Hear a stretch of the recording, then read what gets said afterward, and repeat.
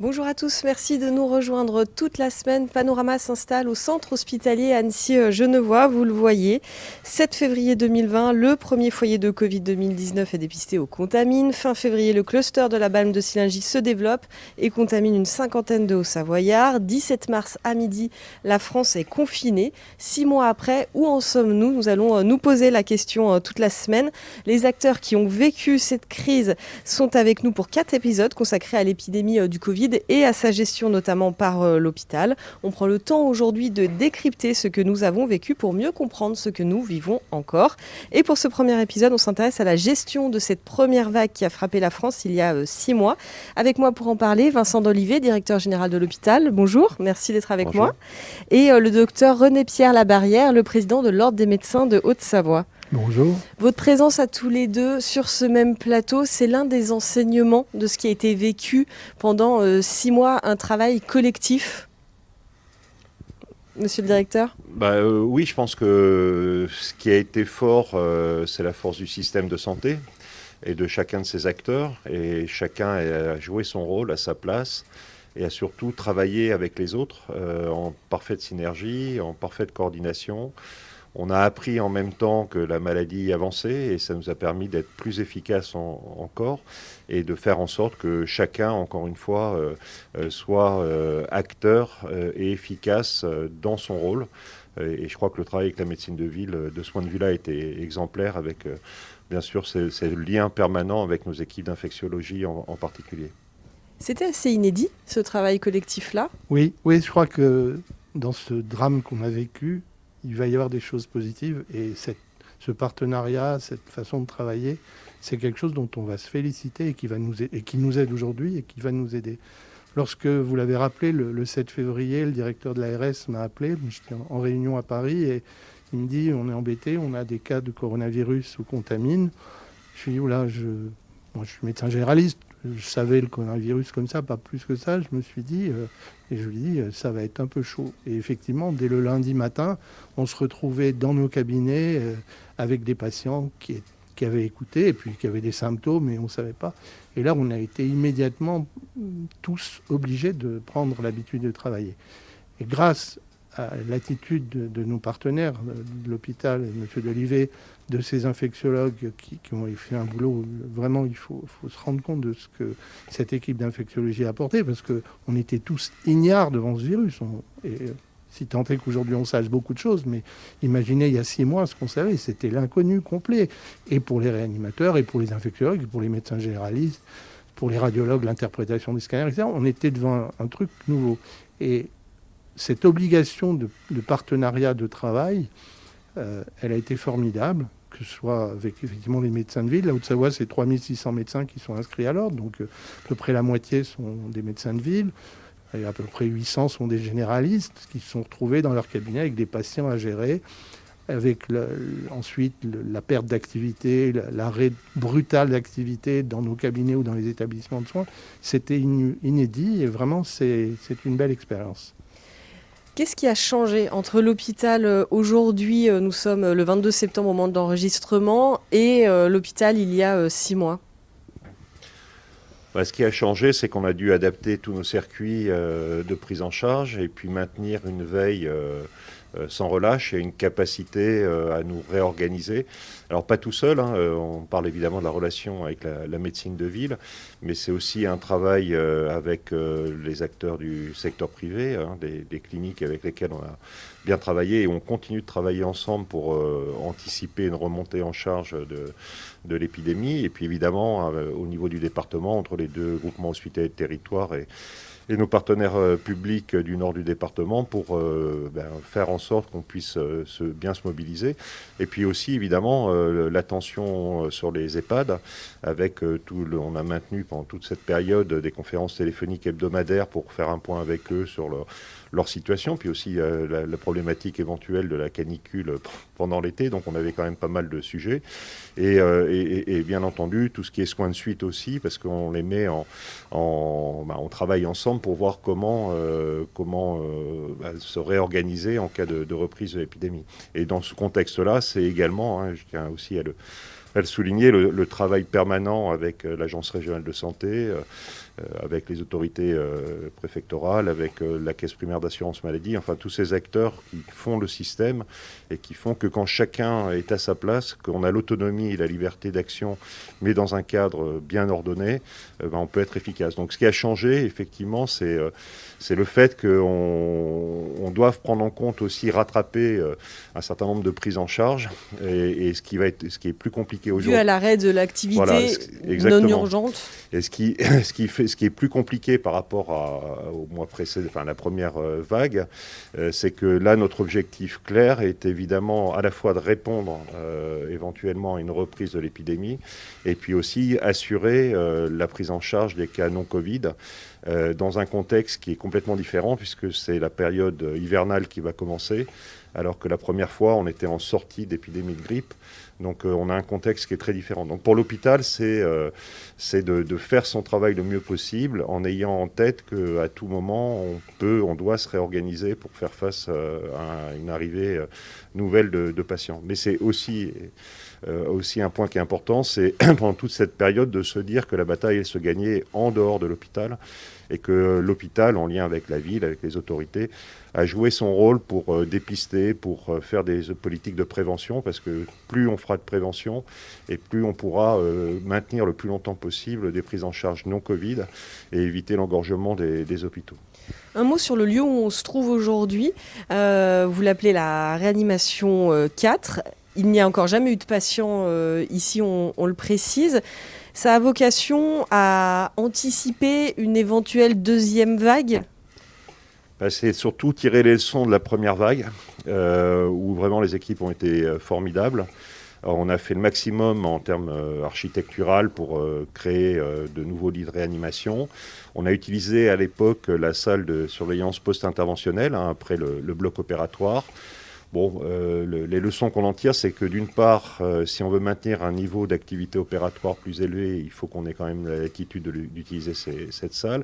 Et d'autre part, que pour la réanimation, c'était pas totalement satisfaisant. Donc on avait d'ailleurs réajusté nos dispositifs lors de la première vague en utilisant une unité de soins intensifs de cardiologie pour implanter de la réanimation.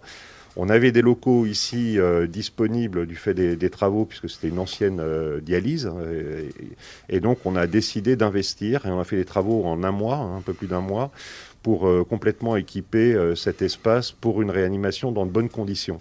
Voilà, parce que si on a bien réussi la première vague, c'est aussi parce que les équipes se sont bien organisées et qu'on a pu travailler, on va dire, le plus sereinement possible. Et donc l'idée, là, a été d'améliorer les choses et donc d'utiliser les espaces qu'on avait. Donc c'est un investissement qui est important, mais qui n'est pas perdu, parce que c'est en dehors du Covid.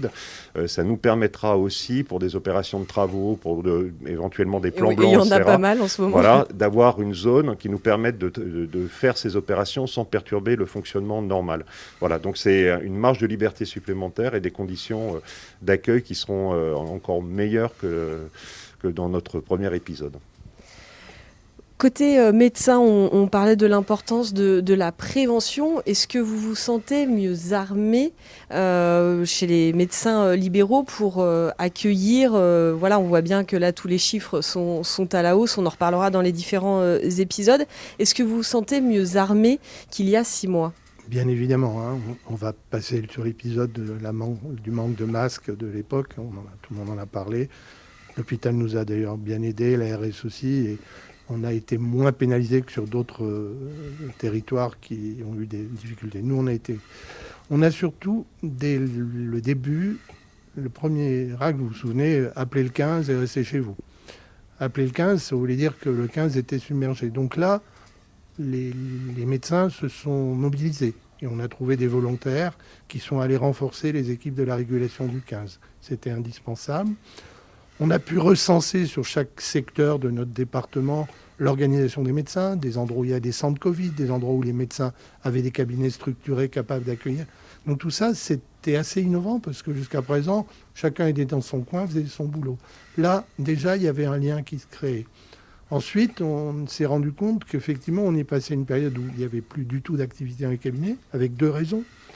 Soit les gens ne venaient pas parce qu'ils avaient peur de se faire contaminer, soit ils ne venaient pas en disant « on ne veut pas vous déranger, vous avez déjà assez à faire ». Donc c'était assez curieux et ça a permis de développer les téléconsultations avec toutes les limites que ça représente. Il faut bien que les gens sachent que la téléconsultation, c'est une aide. Ça ne remplacera jamais l'acte médical et la consultation médicale. Et on a pu, grâce avec les partenariats avec le conseil départemental en particulier, et avec ce qu'on appelle les CPTS, les communautés professionnelles des territoires de santé, qui sont des modes d'organisation professionnelle entre les différentes disciplines, les infirmières, les pharmaciens, les kinés, tous les professionnels de santé, pour essayer de collaborer. Par exemple, on a mis en place de cette façon des stéthoscopes connectés. Certaines infirmières sont équipées de stéthoscopes et donc quand elles vont voir le malade à domicile, elles vont avoir non seulement la possibilité de prendre la tension, la température, la saturation qui est un paramètre important, mais aussi de faire écouter au médecin en face le poumon ou le cœur de son patient. C'est vraiment une expérience qui est très innovante et ça nous a permis là aussi de maintenir à domicile des patients qu'on aurait été obligés d'hospitaliser. Et le partenariat, je parlais tout à l'heure de la cellule d'avis, là, des infectiologues qu'on appelait à longueur de journée et qui ont eu un dévouement extraordinaire, qui nous disaient non, il vaut mieux que tu l'hospitalises, non, tu peux le garder, fais ça, etc. Toutes ces bonnes pratiques qui ont été mises en œuvre et qui sont vraiment le fondement du code de déontologie, elles manquaient de cette relation. Et là, on s'est retrouvés avec le bonheur de travailler ensemble dans l'intérêt des patients. Je crois qu'on a vraiment plutôt bien géré la situation, même si ça a été dur humainement, moralement. Il faut se rendre compte de ce que c'est de voir des patients qui, parfois en quelques heures, peuvent partir. Pour les réanimateurs, c'est lourd. Je citais les contamines en introduction. Il y a eu les contamines, il y a eu la balme de Sillingy. Le fait que la Haute-Savoie soit le premier département touché avec ces deux clusters, finalement, ça a été un handicap ou une force pour les différents acteurs que vous êtes ? Ça nous a permis, je pense, d'être tout de suite sensibilisés à la question et d'avoir un temps d'avance, notamment en termes d'analyse de la situation, de pratique. Je pense qu'on a été d'ailleurs un des premiers départements à faire des sorties d'hospitalisation, puisqu'au départ tout le monde était hospitalisé. Et donc on a mis en place des protocoles entre les infectiologues, les médecins libéraux, en lien évidemment avec l'Agence régionale de santé, pour organiser des retours à domicile pour des gens qui finalement ne nécessitaient pas de rester en hospitalisation. Donc ça c'est dans l'épisode de la balme de Sillingy. Et je pense qu'on a pu à chaque fois être peut-être un peu décalé. Et puis après évidemment la situation au niveau national a évolué. On a été dépassé par des départements qui ont été malheureusement beaucoup plus touchés. Mais je pense que ça nous a permis d'anticiper. Et puis ensuite, la veille qu'on a pu avoir sur ce qui se passait à Mulhouse ou ailleurs nous a permis d'être beaucoup plus actifs en termes d'anticipation sur nos capacités d'accueil. Ce qui fait qu'on a accueilli quand même beaucoup de monde, mais on n'a jamais été submergé. Donc d'une certaine façon, ça a peut-être permis, il faudrait des études rétrospectives aussi, on a beaucoup testé à l'époque aussi sur la balme de Sillingy. Donc voilà, ça a peut-être eu un impact qui a fait que cette vague a été importante, mais on n'a pas été débordé comme dans d'autres départements où ça a été très soudain. Très rapidement, le message et la prévention qui s'en sont suivis ont été bénéfiques. Et moi, je vois avec mes confrères des autres départements, au début, on nous montrait du doigt, on est dans la Haute-Savoie. Et puis, eux, ils étaient en train de monter et nous, on gérait. Et je pense que le rôle d'information qui a pu être donné à ce moment, d'information auprès des patients, puis même auprès des professionnels, savoir ce qu'il fallait bien faire, c'est peut-être ce qui a... Enfin, moi, en tout cas, je n'ai pas d'autres explications pour voir que d'autres départements ont malheureusement eu des chiffres épouvantables et que nous, c'était dur, mais qu'on a pu gérer grâce à la mise en place des structures. Merci beaucoup à tous les deux pour votre éclairage. Demain, dans le deuxième épisode de Panorama, on s'intéresse à l'épidémie de plus près. Connaît-on mieux la maladie aujourd'hui ? Nous le verrons avec les médecins infectiologues et réanimateurs de l'hôpital. À demain. Bonjour à tous, deuxième épisode de notre panorama de la semaine. Nous sommes au centre hospitalier Annecy-Genevois aujourd'hui pour revenir sur ces 6 mois vécus par le milieu hospitalier et par les perspectives aussi, on en parlera dans les prochains épisodes. Dans ce deuxième volet, on va s'intéresser à cette maladie dont on parle beaucoup depuis plusieurs mois. Docteur Cécile Janssen, vous êtes infectiologue à l'hôpital. Docteur Albris Levrat, réanimateur, chef du service de réanimation du Change. L'un et l'autre, qu'avez-vous appris sur cette maladie depuis 6 mois qui vous a peut-être le plus surpris ? Docteur Janssen? Alors, on a appris beaucoup de choses. Donc, le synthétiser en quelques secondes, c'est compliqué. On a appris beaucoup de choses parce que c'est un virus que nous ne connaissions pas, même si d'autres coronavirus circulaient dans les années qui ont précédé. On a appris, bien entendu, à accueillir les patients en les prenant en charge le mieux possible. Les études cliniques nous ont permis d'avancer au niveau thérapeutique pour améliorer cette prise en charge. Et puis, on a appris également que la prévention était ce qu'il y avait de plus important. C'est-à-dire, mieux vaut ne pas attraper le Covid de façon à ne pas venir à l'hôpital, surtout quand on est population à risque.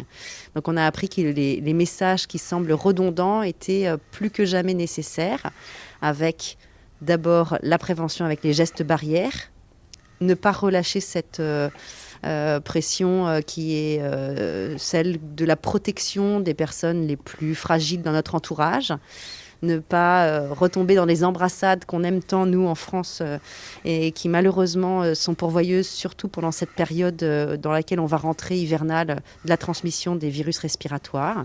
Et ne pas oublier le geste aussi de vaccination antigrippale, puisque ça permettra d'éviter une grande partie des infections virales respiratoires dont la grippe est responsable, et d'avoir deux épidémies qui se confrontent. Docteur Levrat, vous, sur ces 6 derniers mois, votre plus gros enseignement, disons, d'un point de vue médical?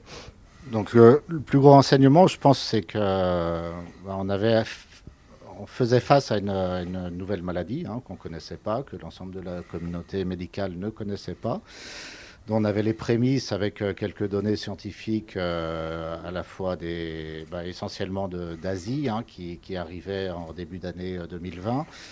Et puis on a vu les premiers patients arriver en fin d'hiver 2020, fin février, début mars, avec un flux de patients important qui est arrivé. Et finalement, le principal enseignement, c'est des stratégies de prise en charge qui se retrouvaient assez stéréotypées, des patients qui avaient quasiment tous le même profil en termes de gravité, ces patients de réanimation qui étaient admis en insuffisance respiratoire aiguë. On a appris au cours du temps, des semaines qu'ont duré la première vague, en fait, à modifier nos stratégies, notamment de ventilation, c'est-à-dire qu'on est passé d'un mode initial où on était très invasif. Invasif, ça veut dire qu'on avait recours à la ventilation artificielle en intubant les patients de façon presque systématique, en début de première vague. Et puis, au fur et à mesure des semaines, on s'est rendu compte que l'administration d'oxygène à très fort débit par des dispositifs dédiés particuliers qui permettent de générer également un peu de pression positive au niveau du poumon était probablement aussi efficace, en tout cas pour une partie des patients, que la ventilation mécanique, c'est-à-dire très invasive. Donc on a modifié nos stratégies de ventilation et donc nos stratégies thérapeutiques au cours du temps. De même, on a eu progressivement des données qui sont apparues sur un plan scientifique, sur les traitements, sur notamment le bénéfice des corticoïdes, de la cortisone qui est administrée à ces patients et pour lesquels on a observé ce bénéfice en termes de récupération pulmonaire. Et puis l'autre enseignement, ça a été aussi, on a vu une pathologie sur lesquelles on avait un risque de thrombose majeure, par exemple. Les thromboses, c'est les phénomènes à la fois de thrombose veineuse des membres inférieurs, d'embolie pulmonaire, puisque c'est des patients qui sont ce qu'on appelle le profil très inflammatoire. Ils ont un sang qui a tendance à hypercoaguler. Et donc, on a fait des nouvelles stratégies de prévention des thromboses, d'autant qu'on était sur une population à risque thrombotique assez élevé, avec surtout des patients en surcharge pondérale, dans la majorité des cas. Donc voilà, on a su, en tout cas, on a appris au cours des semaines et on a modifié, en tout cas, nos stratégies thérapeutiques de façon assez courte. Et finalement, grâce à une mobilisation de l'ensemble de la communauté médicale française, on avait des points tous les jours. Vous avez beaucoup communiqué avec vos confrères un peu partout en France, voilà, donc, et dans le monde d'ailleurs, peut-être? Nous, sur le plan des réanimations, il y avait des communications qui étaient quotidiennes, nationales, avec l'ensemble des réanimations françaises, avec, je dirais, les principales grandes réanimations infectieuses parisiennes et nationales. Donc on avait des points et on se tenait au courant de la littérature. On échangeait beaucoup pour justement les stratégies à la fois thérapeutiques sur un plan médicamenteux et les stratégies de ventilation. De la même façon, en infectiologie, il y avait des points avec les cliniciens au niveau national qui étaient faits de façon bi-hebdomadaire puis hebdomadaire. Et on continue à rester en contact de façon à harmoniser nos prises en charge et nos pratiques. Est-ce que vous êtes des soignants plus sereins aujourd'hui qu'il y a 6 mois face à cette maladie ? Alors, la sérénité, c'est notre objectif quotidien. D'abord parce qu'il faut qu'on soit aux côtés des patients le plus efficace possible et on ne peut pas, en étant inquiet ou perturbé par on va dire, les bruits médiatiques, on ne peut pas bien travailler en tant que praticien, que ce soit les personnels paramédicaux ou médicaux. Donc oui, on travaille justement à être serein pour bien accompagner nos patients. On a les outils pour bien les recevoir et on a travaillé pendant la période d'accalmie entre les 2 vagues. On a travaillé pour pouvoir permettre de recevoir dans les meilleures conditions sanitaires les personnes qui seraient infectées Covid. Moi, je te rejoins très bien, Cécile. Avec cette sérénité, effectivement, on l'a parce qu'on sait mieux prendre en charge ces patients de façon plus optimisée pour les raisons que je soulignais auparavant. Donc, oui, on est plus serein parce qu'on a aussi un dispositif en termes de matériel, de respirateurs. On va pouvoir, en tout cas, on peut anticiper les choses. Et maintenant, on a une façon très standardisée de prendre en charge les patients qui permet d'être... On sait ce à quoi s'attendre, effectivement, si on a une remontée épidémique, ce qui semble le cas actuellement. Après, il persiste bien sûr de l'inquiétude. Avec les éléments d'inquiétude, c'est quand même une pathologie médicale non Covid qui est là, qui sera là peut-être de façon plus importante s'il n'y a pas de reconfinement, par exemple. Je pense en particulier au traumatisme grave, avec par exemple au déconfinement ou une incidence des traumatisés graves qui a augmenté entre 20 et 30% de plus par rapport à l'an dernier. C'est la combinaison des deux qui peut être problématique. La combinaison des deux peut être difficile, effectivement, parce qu'il y a la conjonction de la traumatologie grave qui est là, des pathologies hivernales habituelles qu'on a chaque année. Vous parliez de la grippe. Voilà, et qui viennent, nous, en tout cas, quasiment saturés, je dirais, en période habituelle, hivernale. On a des services de réanimation en France qui sont saturés. C'est-à-dire, on est à des taux d'occupation supérieurs à 90% de nos lits. Donc, c'est sûr que s'il y a le Covid en plus qui se surajoute, ça va bloquer à un moment. Donc, raison pour laquelle il y a des dispositifs qui ont été armés dans toutes les réanimations françaises, avec globalement une augmentation du capacitaire qui a été doublée. Notre ministre annonce 12 000 lits de réanimation. Voilà, c'est peut-être vrai sur un plan matériel et structurel, ils sont là. Après, il y a un petit peu plus d'inquiétude sur la ressource paramédicale pour faire tourner ces 12 000 lits. Parce que, voilà, je pense qu'on ne l'aura pas sans des programmations lourdes des blocs opératoires de façon à récupérer du personnel de blocs opératoires sur les réanimations françaises. Alors pendant le confinement, vous avez été applaudi tous les soirs à 20h. Comment vous avez accueilli ce soutien et qu'est-ce qu'il en reste aujourd'hui selon vous ?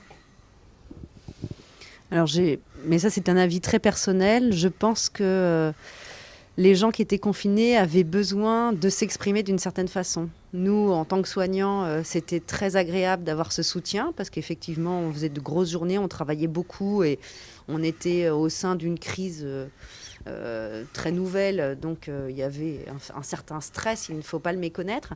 Mais je pense que ce soit d'un côté ou de l'autre, ça a été un peu une catharsis et ça a permis à chacun de pouvoir exprimer ce soutien, cette envie que ça s'arrête et donc de redonner de l'énergie au personnel soignant.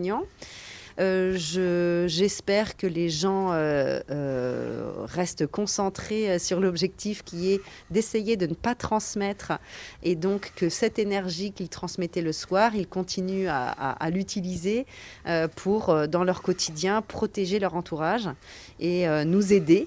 Donc là, ils nous aidaient en tapant des mains. Eh bien, nous aider là maintenant, c'est bien porter le masque, bien se désinfecter les mains et se faire vacciner quand on est population à risque ou entourage d'une personne à risque de grippe grave. Comment vous l'avez accueilli, vous, ce soutien, de la même façon que votre consoeur ? Ouais, c'est un petit peu, je partage le même avis, hein. Je pense que c'était une façon pour les gens, effectivement, de s'extérioriser un petit peu de. Voilà, c'était quelque part touchant. Après, moi, je reste assez dubitatif hein, sur le sens que ça a, parce que j'ai l'impression que la mémoire des gens peut être parfois courte, hein, c'est-à-dire qu'on retombe dans pas des travers, mais des difficultés à se rendre compte de la réalité des faits, de la gravité des faits. Et je pense que c'était bien, mais voilà. Mais vigilance, ça ne suffit pas d'applaudir. Suite à cette première vague, il y a eu le Ségur de la santé avec des conclusions mi-juillet, alors notamment des revalorisations salariales pour les personnels des hôpitaux, mais aussi un changement de statut avec plus d'autonomie. En tant que médecin, qu'en attendez-vous? J'ai noté cette phrase: redonner du pouvoir d'initiative et de décision à celles et ceux qui soignent. C'est l'un des enseignements positifs de ce qui a été vécu ces 6 derniers mois? Alors, on espère que la réalité sera au-delà du Ségur, de s'inspirer de ce qui s'est passé pendant la première vague de crise où, effectivement, les différents niveaux de compétences échangeaient beaucoup et permettait donc une prise en charge au quotidien sanitaire avec une vision d'expertise des praticiens de terrain et une écoute tout à fait attentive des administrations régionales pour que le ministère puisse prendre des décisions adaptées et pondérées. Nous, on vit dans une région un petit peu particulière, à Annecy, et c'est une région qui est chère en termes d'immobilier. Indéniablement, l'augmentation de salaire est toujours quelque chose d'agréable à entendre pour surtout, là, je pense aux personnels paramédicaux. Je pense qu'il n'est pas plus aisé de vivre à Annecy qu'à Paris pour les personnels paramédicaux. Et donc, une prime de vie chère pourrait nous permettre d'avoir une certaine amélioration des possibilités de recrutement des paramédicaux dans nos établissements locaux. La mobilisation, elle datait d'avant le Covid. On va conclure là-dessus. Donc vous restez vigilants parce que là, vous avez utilisé, on espère, vous attendez de voir concrètement si ces conclusions sont effectives? Oui, je pense qu'il faut attendre encore, hein, parce que pour moi, pour moi, c'est de la poudre aux yeux, hein, ce qui a été fait au Ségur de la santé. Hein, c'est-à-dire, on a un petit peu revalorisé le salaire des infirmiers hein, et des infirmières, des aides-soignants. Après, c'est complètement marginal, hein, cette revalorisation, avec des annonces, vous le disiez, il y a des annonces qui auraient dû avoir lieu sur la réforme de la gouvernance des hôpitaux qui n'ont pas eu lieu actuellement. C'est-à-dire que pour l'instant, on ne parle pas de refonte, de rediscussion du modèle, du mode de financement de l'hôpital, de tous les points, je dirais, cruciaux. Hein. Encore une fois, le personnel et nos personnels hospitaliers, hein, ce qu'ils veulent avant tout, c'est des bonnes conditions de travail, avant même les salaires. Hein. Les salaires, c'est important, et comme l'a dit Cécile Janssen, on est dans une région dont le coût de la vie est cher, et nos personnels ont du mal à se loger, mais avant tout, je pense, c'est offrir dans les hôpitaux, que ce soit pour le personnel de nuit, pour les personnels qui sont exposés à des difficultés régulières dans leurs conditions de soins. Voilà, c'est améliorer ça, mais c'est surtout aussi revoir le mode de gouvernance hospitalier. On a vu qu'on a très bien, lors de la première phase, collaboré avec nos directions de façon très rapprochée, synchrone, avec vraiment une collaboration qui a été efficiente, et ça, je pense qu'on l'a montré, hein, avec un partage même territorial avec les autres directions, des cliniques privées, des établissements publics également, où ça s'est très bien passé. Et je pense qu'il faudrait poursuivre sur cette dynamique, mais je ne pense pas que ce soit la volonté de notre gouvernement. S'il fallait définir en un mot à chacun votre état d'esprit aujourd'hui, face à la situation. Vous nous prenez à brûle-pourpoint. En un mot, je dirais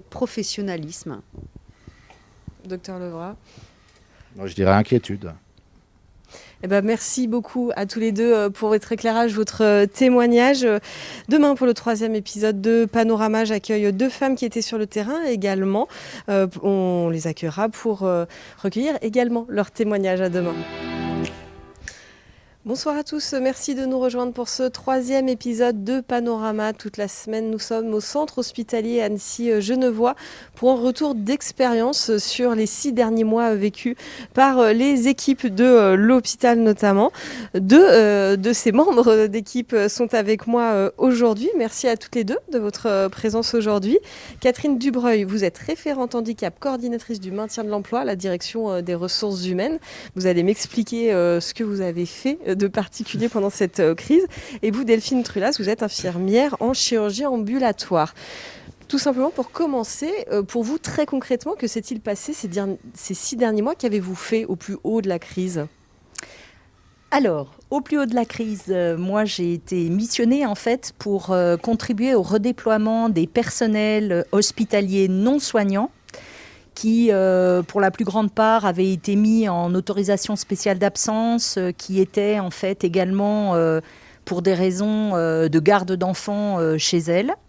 Et ces personnes, en fait, j'ai été amenée à les rappeler hein, dans le cadre du plan blanc vers des besoins que nous avions au sein de l'établissement. Par exemple, pour vous donner une idée de ce que cela a représenté entre le 20 mars et le 24 avril, j'ai contribué à redéployer en fait 314 personnes, dont 183 agents au sein de l'établissement. Le reste, les 131 autres, étant en fait des personnels qui sont rentrés dans le cadre d'un contrat à durée déterminée, en CDD, pour des missions très spécifiques. Sur ces missions, par exemple, il y a eu une très grande part de personnes qui ont fait du bio-nettoyage. Car effectivement, pendant que les soignants soignaient, il fallait aussi nettoyer les chambres, tous les points de passage, les points de contact des personnes qui, en fait, pouvaient être porteuses du virus et qu'il fallait effectivement absolument nettoyer pour éviter à la fois aux soignants, mais aussi aux autres malades ou qui passaient dans l'établissement ou au personnel de se contaminer. Donc, en fait, ces brigades étaient constituées pour la plupart de gens qui étaient très éloignés du métier d'agent de bio-nettoyage. Et on a eu, en fait, j'ai fait appel au volontariat des agents et certains se sont tout de suite positionnés de façon un peu inattendue. Par exemple, dès la première journée d'appel au volontariat, j'ai eu une cadre supérieure des assistantes sociales et une partie de son équipe d'assistantes sociales qui se sont positionnées pour aller nettoyer les chambres des malades Covid. Voilà, c'est ça le bel esprit de cette période très particulière pour les soignants et les non-soignants. On va y revenir sur cet état d'esprit, justement, sur ces belles histoires dans cette affaire-là. Vous, comment ça s'est passé? Qu'est-ce que vous avez fait concrètement pendant cette période? Et donc, moi, je suis infirmière donc en chirurgie ambulatoire.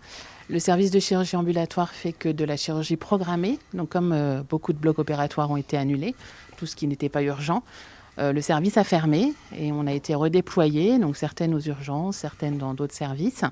Et j'ai été déployée dans le service Covid, en fait, qu'on a ouvert. Donc, en fait, ça a été une période quand même assez compliquée, assez difficile, mais pleine de choses quand même intéressantes. Au niveau professionnel, c'est vrai que j'ai appris plein de choses. Ça a été une période de stress quand même. Hein, c'est ce que j'ai vu, on est compliqué parce que dense, intense ou parce que beaucoup d'incertitudes à ce moment-là. Il y a beaucoup de choses qu'on ne savait pas. Premièrement, on ne connaissait pas le virus, donc on a eu peur.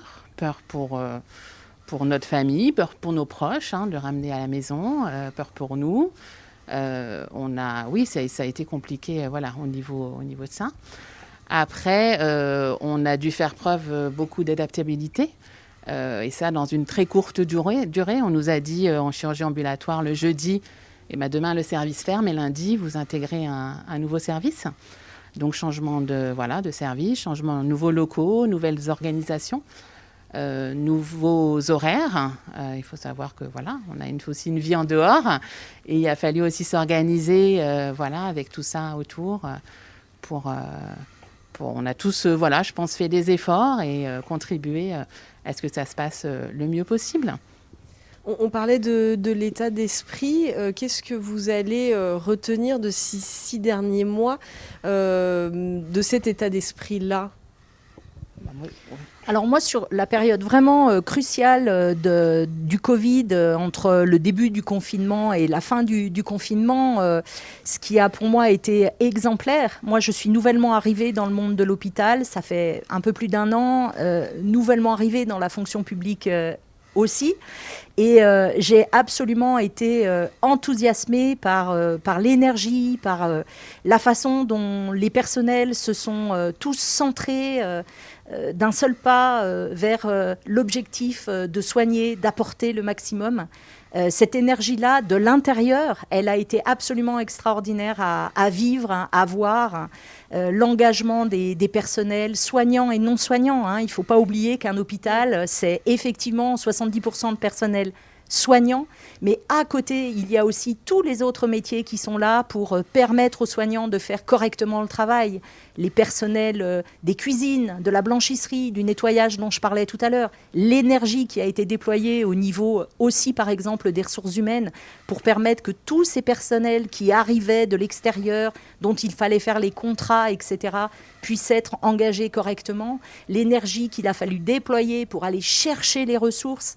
En fait, ce qui est absolument incroyable de l'intérieur, c'est de voir combien la bienveillance, l'énergie vitale, l'humanité des soignants, elle s'étale sur vraiment l'ensemble des personnels, et de voir combien vraiment il y a eu cette volonté d'affirmer que tout le monde était là au service de la population au sens large.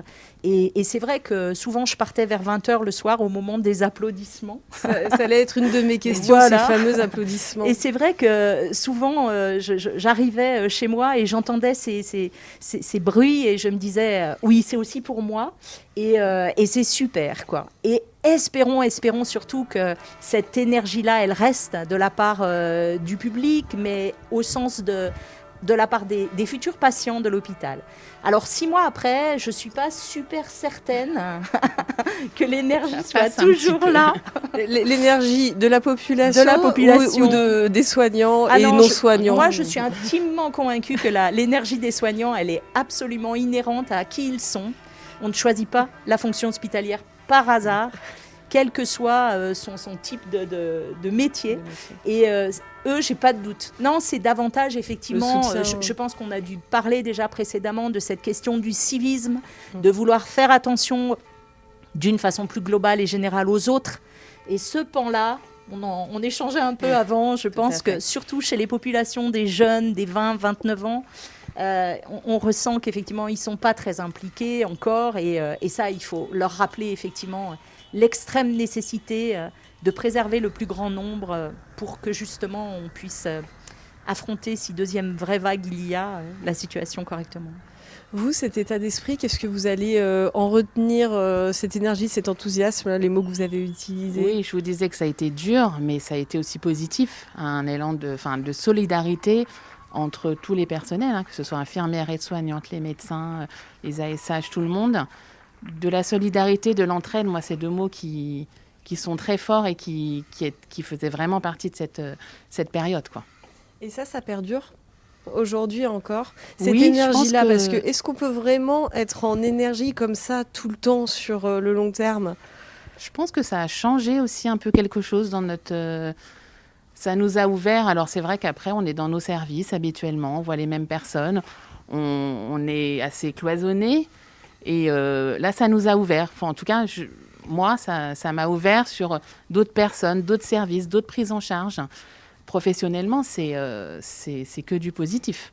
Est-ce que là, vous êtes retourné dans votre service classique.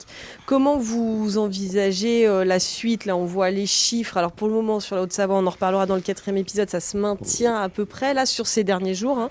Ça évolue très vite. On est le 22 septembre au moment où je vous parle. Comment vous envisagez la suite, là? Comment vous l'appréhendez? Un peu mieux, je pense, parce qu'on sait un peu ce qui s'est passé. Donc, moi, c'est plus l'inconnu qui me faisait peur. Donc, s'il faut réouvrir un service Covid, je serai volontaire pour prendre en charge ces patients. Moi, je pense qu'on est une organisation excessivement apprenante et qu'on apprend très vite. Donc, du coup, tout le bénéfice qui a été mis en œuvre, tout ce qui a été généré, en fait, en termes de compréhension face à cette crise, on ne va faire qu'en profiter. On ne va pouvoir que rebondir dessus à nouveau. Donc moi, je n'ai pas tellement d'inquiétude si une deuxième vague arrive par rapport à l'organisation au sein de l'établissement et par rapport à la motivation des personnels, même si les personnels soignants et un certain nombre d'autres ont été quand même éprouvés, ont été fatigués par cette situation. C'est sûr qu'il ne faudrait pas que cela perdure de cette façon-là éternellement.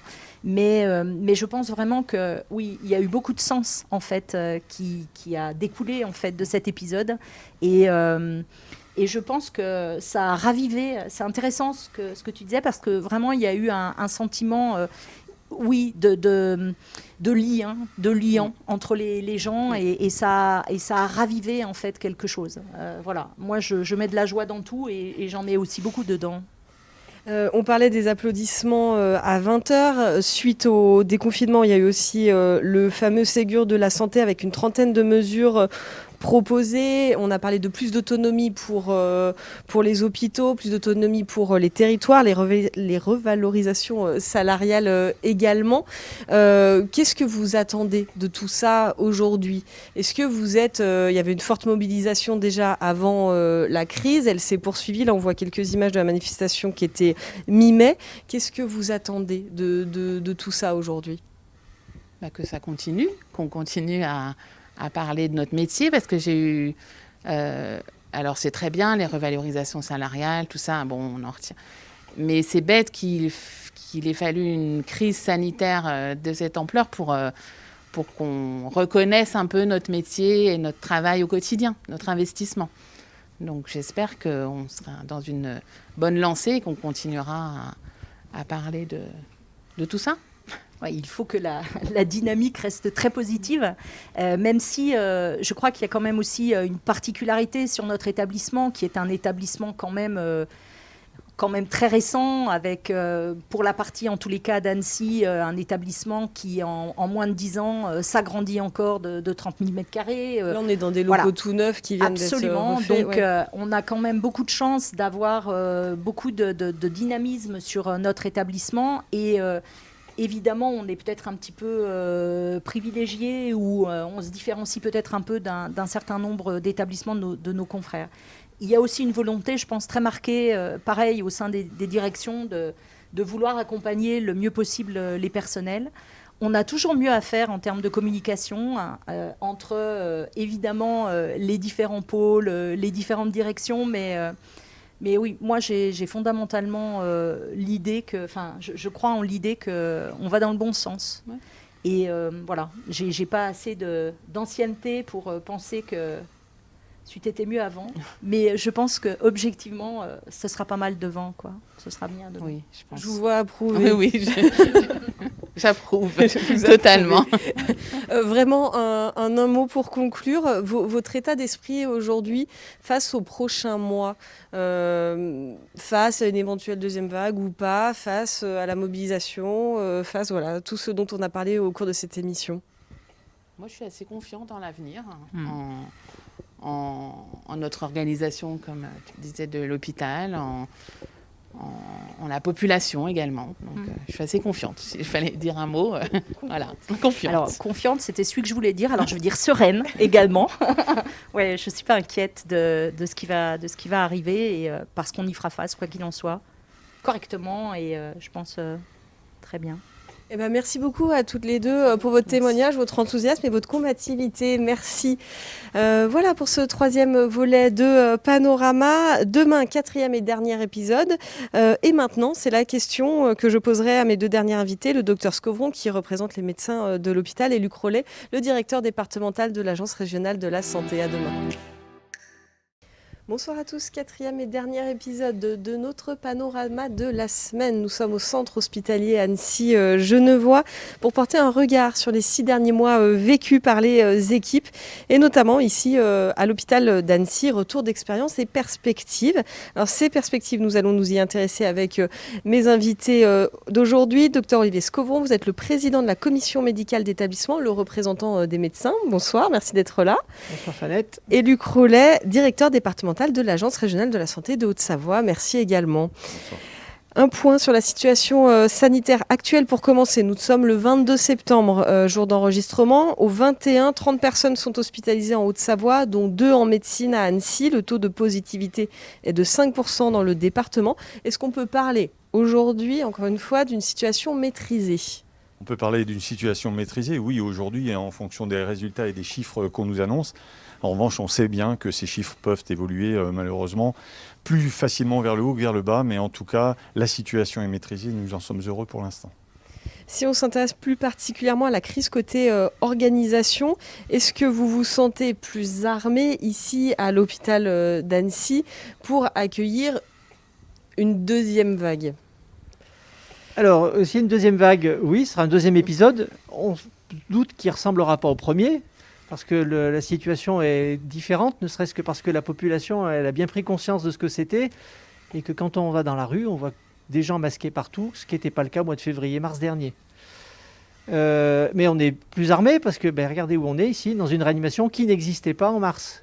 Donc un service qui a été créé de toutes pièces pour pouvoir répondre à une éventuelle hausse des cas hospitalisés en réanimation. On est plus armé également en termes d'organisation, parce qu'on a quand même su tirer les fruits de ce que l'on avait vécu, sachant qu'on ne sait pas exactement comment ça peut se produire. Donc on est armé à avoir plein de scénarios et à savoir choisir au dernier moment lequel on déclenche. Elle est là la plus grosse difficulté depuis l'arrivée du Covid en France, ce sont ces incertitudes. Alors on a parlé tout à l'heure avec vos confrères de la maladie, on a appris des choses en 6 mois, mais malgré tout il y a quand même pas mal d'incertitudes. Avant l'émission vous me disiez on ne sait toujours pas la corrélation entre le taux de positivité et le nombre d'hospitalisations. Donc c'est ces incertitudes-là qui pèsent. Et oui, ça pèse beaucoup sur le moral, ça. Et il faut quand même le garder, parce qu'on vit dans une belle région, on est joyeux, et aujourd'hui, il ne pleut pas. Mais... mais les incertitudes pèsent un peu, parce qu'on ne sait pas exactement vers quoi on va aller. Nous, on aime bien anticiper du mieux possible et au plus juste. Et comme pour tout le monde qui doit apprendre à vivre avec la Covid, à l'hôpital aussi, on doit apprendre à vivre avec, parce qu'il y a toutes les autres maladies à prendre en charge. Ce qu'on a vécu lors de la première crise, c'est un arrêt brutal de la prise en charge des autres maladies, en grande partie parce que les gens ne venaient plus consulter, mais aussi parce que ce qui était bénin, on avait pu l'arrêter, le mettre en sommeil. Et avec le temps, on s'aperçoit qu'il y a des maladies qui ont été un peu sous-estimées, tout d'abord par les patients, parce qu'ils n'osaient plus venir consulter, qui se sont réveillés à des stades plus avancés, que ce soit par exemple sur le plan cardiovasculaire, ou sur le plan cancéreux. Donc ça, on veut essayer d'éviter de le revivre. Donc on sait que l'hôpital doit continuer à travailler, quelle que soit l'importance d'une vague. Mais justement, comment faire concilier les deux ? Donc on tire des plans, on fait des scénarios, mais lequel sera le bon ? Ça dépendra de ce qui nous arrive. Il est là aujourd'hui, le plus grand risque, ça va être la corrélation, on sait qu'on va arriver dans l'hiver, la corrélation de toutes ces pathologies, ces maladies, en plus du Covid ? Oui, bien sûr. On sait d'abord qu'on va rentrer sur une période de grippe notamment, et d'autres pathologies. Donc, on y travaille effectivement avec les centres hospitaliers. Et l'ARS a donc décidé de s'organiser autour de 8 pôles particuliers, dont un ici sur le département, de manière à ce que le change prenne la main et coordonne l'ensemble des actions, l'ensemble, effectivement, s'il fallait en arriver à des déprogrammations, il faudrait que ces déprogrammations soient progressives, il faudrait qu'elles soient calculées. Et effectivement, l'objectif, c'est bien de maintenir quand même une capacité de gestion de toutes les autres pathologies, et notamment, effectivement, de la grippe, raison pour laquelle nous voulons absolument insister sur cette fameuse vaccination. Cet arrêt de l'activité programmée, le terme ne va pas être bien choisi, mais j'en ai pas d'autre en tête. Ça a été une erreur.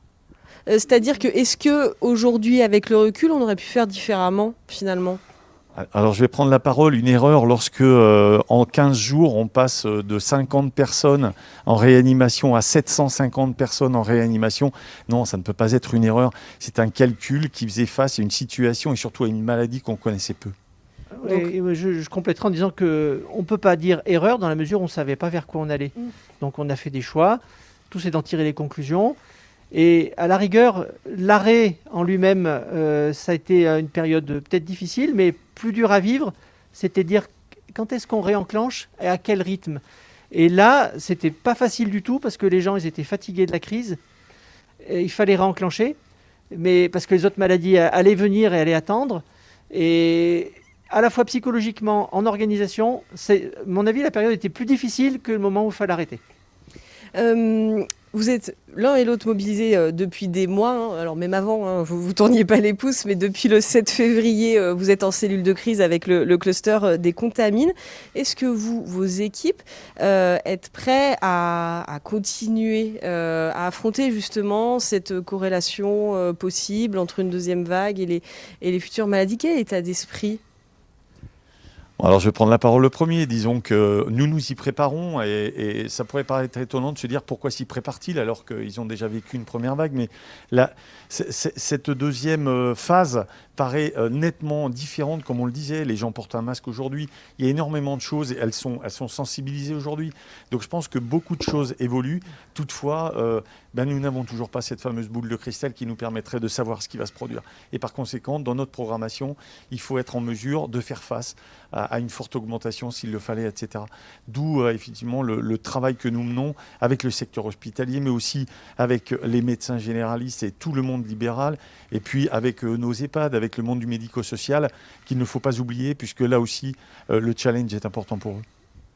Votre état d'esprit ? Alors, notre état d'esprit, c'est qu'effectivement, seconde vague peut-être, mais surtout deuxième épisode, et le scénario ne sera pas le même qu'au premier épisode. Les acteurs seront les mêmes, c'est sûr, mais le scénario ne sera pas le même. Et il n'est pas écrit encore, le scénario, on ne le connaît pas. Moi, c'est un sentiment personnel, c'est que la grippe, elle risque d'être mal à l'aise, parce qu'avec tous les gestes barrières qu'on utilise déjà pour le Covid, elle va avoir du mal à se frayer un chemin. Mais bon, elle sera quand même là. Les acteurs, en tout cas, moi, la première crise, ce qui m'a le plus marqué, c'est la façon qu'on a eue d'arriver à travailler ensemble.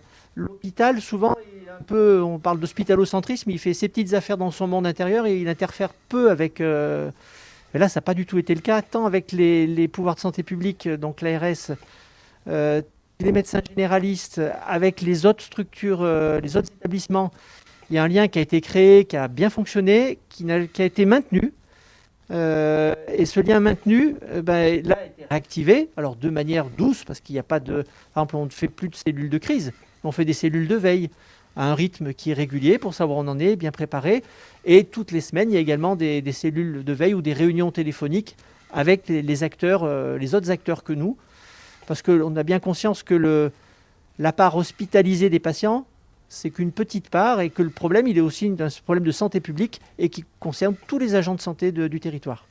D'ailleurs, il y a un dispositif qui a été créé au niveau de la Haute-Savoie, Covaxion, si je ne me trompe pas, qui rassemble tous ces acteurs-là pour cette veille-là, justement, dont vous parlez. Et qui permet d'avoir les mêmes outils pour travailler avec les mêmes référentiels, savoir quand on parle d'un cas, qu'on ait exactement eu la même stratégie de suivi.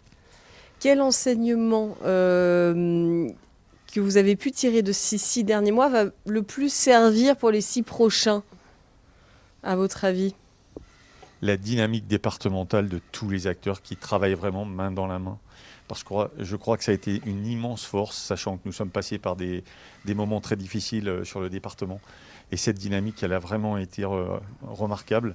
Et je pense que maintenant que les liens sont tissés, en revanche, s'il y a quelque chose à ne pas réécrire, c'est bien cela, parce que c'est vraiment gravé dans le marbre aujourd'hui. Je suis un peu ça reprend un peu ce que je pensais et j'ai les mêmes propos. Et puis, c'est surtout de s'être frotté déjà au Covid de manière marquée dans le département qui nous a aguerris.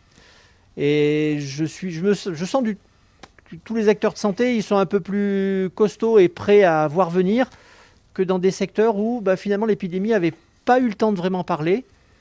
Tant mieux pour les populations. Mais du coup, les acteurs de santé, ils l'ont vécu de loin, par la presse, par les témoignages, parce qu'entre nous, on a beaucoup échangé, mais sans l'avoir vécu dans leur chair. J'avais posé la question dans le premier épisode au directeur de l'hôpital et au président de l'Ordre des médecins. Effectivement, le fait qu'on ait 2 clusters début février, fin février, les contamines et la BAM de Synergie, finalement, ça a été une chance pour les acteurs en termes d'organisation, de gestion de crise, etc. Nous étions mis en demeure immédiatement de se mobiliser et de s'entendre. Et je crois que le travail qui a été réalisé, notamment sur les contamines, on a vu effectivement une équipe médicale monter très très vite pour dépister notamment des enfants, ce qui n'est pas forcément le plus simple. Ça a juste été pour nous l'obligation d'apprendre très vite, de s'entendre très vite et de travailler ensemble. À toute chose, malheur est bon.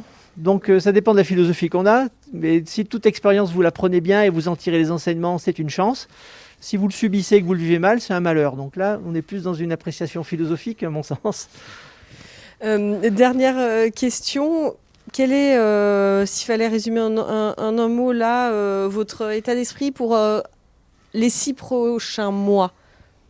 Comment vous appréhendez les 6 prochains mois? On a entendu, j'ai posé la même question à plusieurs d'entre vous. Il y a des choses assez différentes. Moi, je suis attentif et observateur. On n'avait pas encore eu. Moi, je crois qu'il faut maintenir auprès de la population un discours qui est simple. Je pense qu'il faut être clairement dans la prévention, dans ces mesures barrières, parce que sans cela, on risque à nouveau de contaminer des personnes qui sont sensibles, qui sont âgées. Et ça, tout le monde doit réaliser que si on veut vivre correctement les 6 prochains mois, c'est par ce mode de vie qu'il faut adapter et qu'il faut s'astreindre à respecter.